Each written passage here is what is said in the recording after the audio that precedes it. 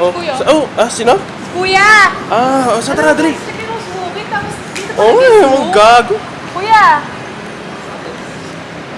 Ano pangalan niyo? Charles.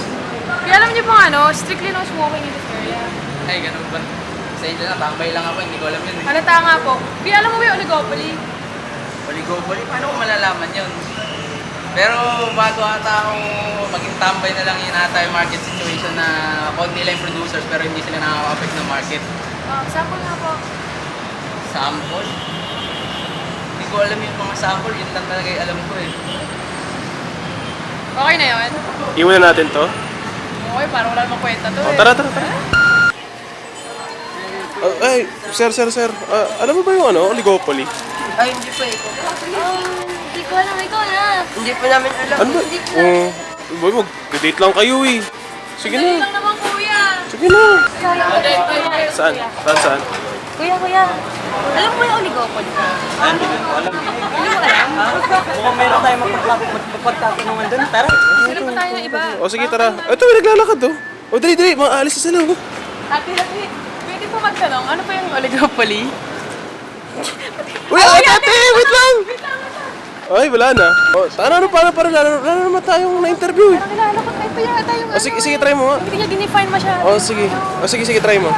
Ay, ikaw yung nag-interview sa akin kanina. Ako ba yun? Oo, ikaw yun eh. Parang ito nga si Charles. Ikaw ba si Charles? Kasi kanina kuya, hindi mo yung interview, hindi siya klaro. So, pwede klaro ulit, saka bigyan mo kami ng example. Oligopoly ulit? Oligopoly. O sige. Yun nga, oligopoly yung market situation na konti lang yung producers pero hindi sila nakaka-affect ng market. Tapos yung mga example nun mga telecommunication market, petroleum market, saka yung mga banking systems. Mga bangko, mga ganun. Oo kuya, mga bangko yun. Piggy bank, pwede. Hindi eh. Hindi pa pwede yun eh. Nag-iossi ka na naman, kuya. Yung lungs mo. Walang pakialam. Ayun o. Sino? Si Kuya. Ayan. Ayan, sige. Kuya, pwede po ba magtanong? Ano po? Ano po yung monopoly? Alam niyo po ba yun? Pasensya na po, di ko po alam. Paano yun? Saan tayo? Sige, hanap na lang tayo ng iba. Sige, tara. Ate, pwede ko magtanong. Alam niyo po ba yung monopoly? Ano po yan? Isa lang. May lakad ka kasi. Kuya. Excuse me.